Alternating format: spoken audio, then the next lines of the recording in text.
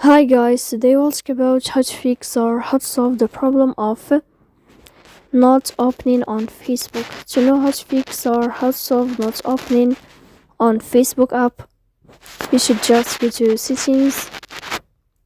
After that, you can click on apps, default apps, app settings. Here in this list, you will enter to Facebook and you can click. Then you will enter to force stop and you can click OK. Here we'll enter to storage. Then you can click clear cache. Don't click clear data because that can cause you errors in your app. In the end, you can turn on your airplane mode and you can wait a moment to turn off your airplane mode again. So please don't forget to support us by like and subscribe. See you next time in another video, and thank you for your attention and your watching.